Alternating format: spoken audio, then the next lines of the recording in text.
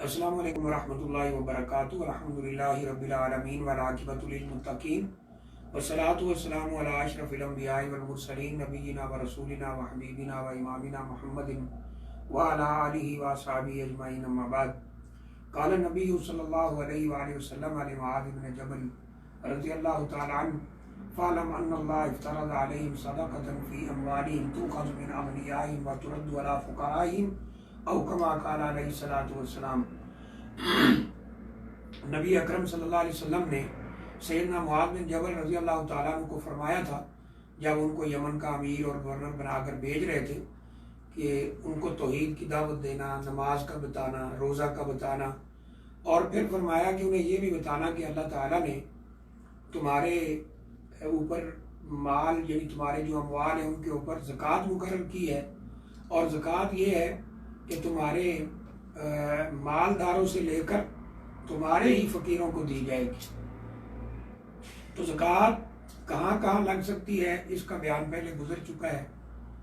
اس کی شروط کے بارے میں بتایا گیا ہے کہ مال نصاب کو پہنچ جائے، کم از کم 52 تولے چاندی کے برابر پیسہ آپ کے پاس ہو اور سال گزر جائے تو اس پہ زکوٰۃ ہے۔ اب بہت سے بھائیوں کی طرف یہ سوال آیا ہے کہ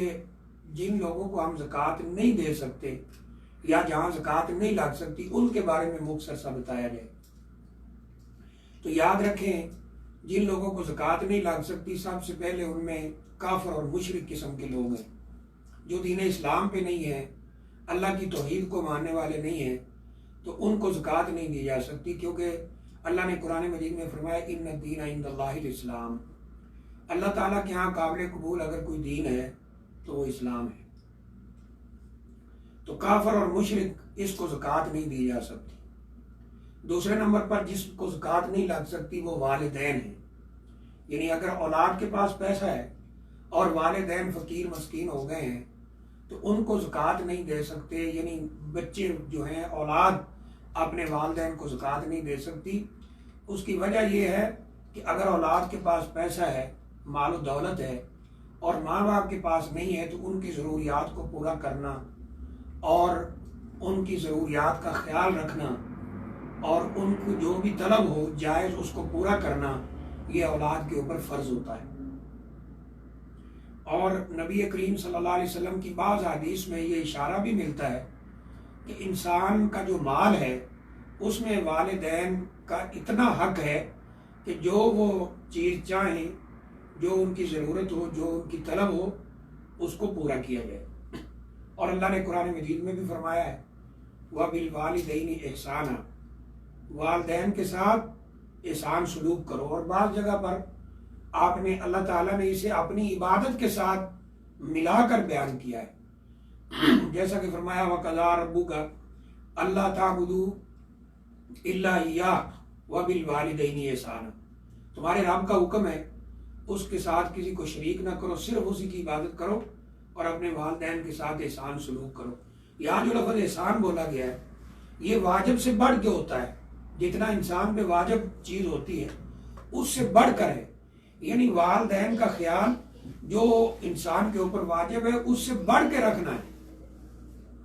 تو والدین کو زکوٰۃ نہیں لگ سکتی، ان کی ضروریات کو پورا کرنا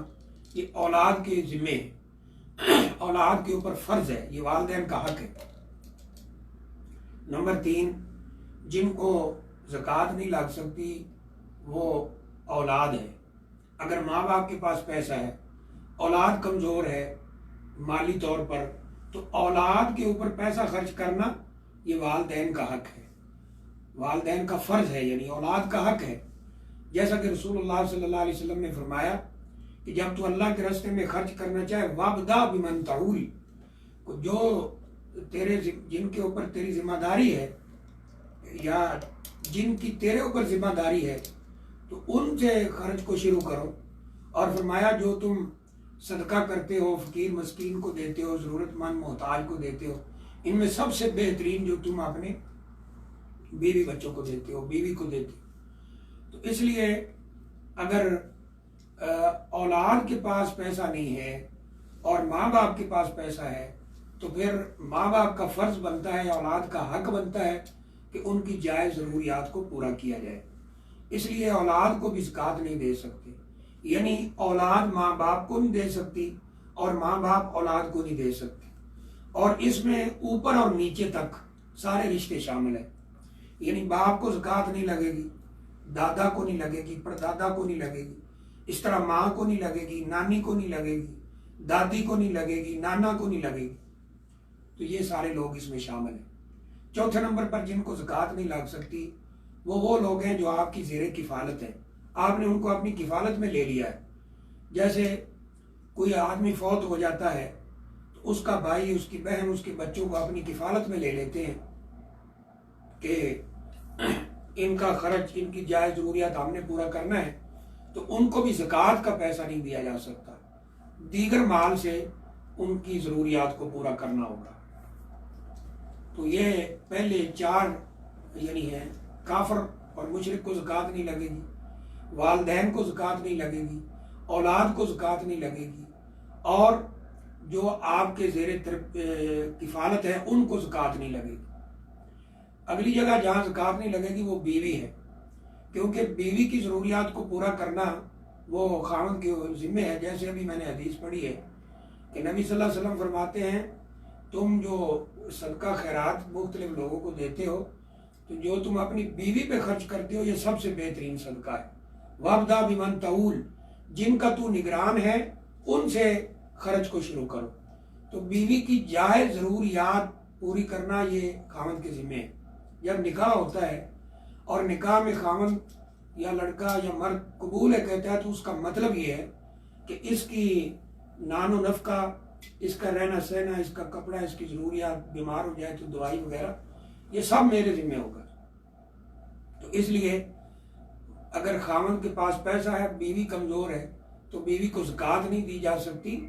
اس کی ساری ضروریات خاوند نے پورا کرنا ہے۔ ہاں اس کے برعکس اگر بیوی کے پاس مال ہے اور خاوند کے حالات کمزور ہو گئے تو بیوی خاوند کو زکوٰۃ دے سکتی ہے، جیسا کہ عبداللہ بن مسعود رضی اللہ تعالیٰ عنہ، ان کی بیوی کے پاس پیسہ تھا، وہ خود فقیر تھے، تو انہوں نے اپنی بیوی کو کہا کہ تم مجھے زکوٰۃ دو، تو وہ عرض کرنے لگی کہ نبی صلی اللہ علیہ وسلم سے پوچھے بغیر تو میں نہیں دے سکتی۔ یعنی مطلب یہ تھا کہ آیا میں پہلے پوچھوں یہ صحیح بھی ہے کہ نہیں۔ تو جب نبی صلی اللہ علیہ وسلم سے پوچھا تو انہوں نے فرمایا کہ عبداللہ بن مسعود رضی اللہ تعالیٰ عنہ بالکل صحیح کہہ رہے ہیں، یعنی تم ان کو زکوٰۃ دے سکتی ہو۔ اس طرح پانچویں جگہ یا چھٹی جگہ جہاں پہ زکوٰۃ نہیں دی جا سکتی وہ مسجد ہے، یعنی مسجد کو زکوٰۃ نہیں دی جا سکتی، اور اس کی وجہ یہ ہے کہ نبی صلی اللہ علیہ وسلم فرمایا یہ زکوٰۃ لوگوں کے اموال کی میل ہے، کیونکہ اللہ نے بھی قرآن مجید میں فرمایا ہے کہ ان سے صدقہ وصول کریں، زکوٰۃ لیں، یہ ان کے مال کو پاک اور صاف کر دے گی۔ یعنی جو میل کچھ ہے، مطلب یہ ہے کہ مال کمانے میں جو کوئی تھوڑی بہت انسان سے غلطیاں ہوتی ہیں تو یہ جو چیز ہے زکوٰۃ کے ذریعے اللہ معاف کر دیتا ہے۔ تو زکوٰۃ کیونکہ مال کو پاک کرنے کا ذریعہ ہے، اس لیے نبی صلی اللہ علیہ وسلم نے اس کو میل کچیل فرمایا ہے۔ جیسے میل کچیل اتر جائے تو پیچھے کپڑا پاک صاف ستھرا ہو جاتا ہے، تو اس لیے یہ مسجد کے لائق نہیں ہے کہ مسجد کو دی جائے۔ مسجد کی ضروریات کو پورا کرنا حاکم وقت اور اسلامی حکومت کی ذمہ داری ہے۔ اگر وہ نہیں کرتے تو پھر اہل خیر کی ذمہ داری ہے کہ وہ مسجد کی تمام ضروریات کو پورا کریں۔ ہاں مسجد میں جو امام صاحب یا خطیب یا مدرس وہ اگر زکوٰۃ کے مستحق ہوں تو ان کو زکوٰۃ دی جا سکتی ہے، اور بعض علماء کے نزدیک ان کی تنخواہ وغیرہ بھی زکوٰۃ سے دی جا سکتی ہے۔ اگلی جگہ، ساتویں جگہ جہاں زکوٰۃ نہیں لگ سکتی، یہ وہ لوگ ہیں جو اپنے آپ کو نبی اکرم صلی اللہ علیہ وسلم کے اعلیٰ ترین خاندان کی طرف منسوب کرتے ہیں کہ ہم آل رسول ہیں، ہم سید ہیں، ان کو بھی زکوٰۃ نہیں لگ سکتی۔ اس کی دلیل یہ ہے کہ سیدنا حسن رضی اللہ تعالیٰ عنہ نے زکوٰۃ کی ایک کھجور منہ میں ڈالی تھی، نبی کریم صلی اللہ علیہ وسلم نے اپنی انگلی مبارک ان کے منہ میں ڈال کر نکال دی، کھجور نکال دی، اور فرمایا کہ یہ مال لوگوں کے میل، لوگوں کے اموال، لوگوں کے مال کی میل کچیل ہے، یہ زکوٰۃ یہ میری آل یعنی اہل بیت کے افراد کے لیے جائز نہیں ہے۔ اگر کسی علاقے میں کوئی یہ کہتا ہے کہ وہ اہل بیت میں سے ہے، اس کا یہ دعویٰ ہے،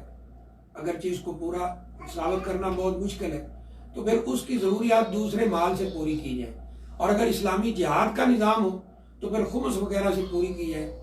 آج کل وہ ہے نہیں تو دوسرے مال سے پھر ان کی ضروریات کو پورا کرنا چاہیے، زکوٰۃ کے مال سے نہیں. اسی طرح جو اگلی جگہ ہے جہاں زکوٰۃ بالکل نہیں لگ سکتی وہ شخص ہے جو تارک صلاۃ ہو. تارک صلاۃ سے مراد یہاں وہ شخص ہے جو کبھی نماز کے قریب جاتا نہیں، یعنی کبھی اس نے نماز پڑھی نہیں ہے، تو اس کے لیے بھی یہ زکوٰۃ کا پیسہ جائز نہیں ہوگا. کیونکہ جو تارک صلاۃ ہے وہ صحیح قول، یہاں تارک صلاۃ سے مراد وہ تارک صلاۃ ہے جو نماز کی اہمیت کا احساس ہی نہیں کرتا، نماز کے قریب جاتا ہی نہیں ہے، تو اس کے لیے یہ ہے کہ یہ زکوٰۃ کا پیسہ اسے بھی نہیں لگے گا. کیوں کہ وہ دائرہ اسلام سے خارج ہو چکا ہے، مرتد کے حکم میں جا چکا ہے، اس کو زکوٰۃ نہیں دی جا سکتی. اگلا مرحلہ جن لوگوں کے لیے زکوٰۃ جائز نہیں ہے وہ غنی یعنی مالدار لوگ ہیں، جن کے پاس اتنا مال ہے کہ ان کی زندگی کی جائز ضروریات پوری ہو رہی ہیں،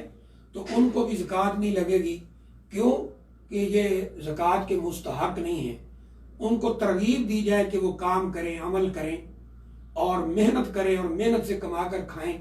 کیونکہ یہ محنت سے کمایا ہوا حلال ترین پیسہ یہ ایک طرح سے عبادت ہے اور اللہ تعالیٰ کے یہاں اس کی بڑی اہمیت ہے. اسی طرح وہ لوگ جو کام کاج کے لیے یعنی پورے فٹ ہیں، اگرچہ ان کے پاس پیسہ نہیں ہے، تو ان کو بھی زکوٰۃ نہیں دینی چاہیے، بلکہ ان کو ترغیب دینی چاہیے کہ وہ کام کاج کریں. جیسا کہ واقعہ ملتا ہے، نبی صلی اللہ علیہ وسلم کے پاس ایک آدمی آیا، اس نے کچھ طلب کیا، آپ نے دیکھا کہ یہ بالکل صحت مند نوجوان ہے، تو آپ نے اس کو کام کرنے کی ترغیب دی. اور بعض جگہ یہ ملتا ہے سیرت کی کتابوں میں کہ کلاڑی وغیرہ لے کر دی، رسی لے کر دی کہ جاؤ بازار سے جنگل میں لکڑیاں کاٹو اور لکڑیاں کاٹ کر بیچو اور یہ اس طرح کا سوال مت کرو. تو یہ چند جگہ ہیں جہاں ہم زکوٰۃ نہیں دے سکتے. تو اس میں ایک چیز یہ بھی ایڈ کر لینی چاہیے کہ فقیر مسکین کو زکوٰۃ لگے گی جو نمازی بھی ہو اور اللہ تعالیٰ کے ساتھ کھلم کھلا شرک نہ کرتا ہو، تو ایسے بندے کو زکوٰۃ دی جائے گی. یہ جو چند لوگ ذکر کیے گئے ہیں ان کو زکوٰۃ نہیں دی جا سکتی، اور کوشش کرنی چاہیے کہ زکوٰۃ اسی جگہ پہ دی جائے جہاں زکوٰۃ لگ سکتی ہو. اللہ تعالیٰ سے دعا ہے اللہ ہمیں عمل کی توفیق عطا فرمائے. وآخر دعوانا الحمد للہ رب العالمین.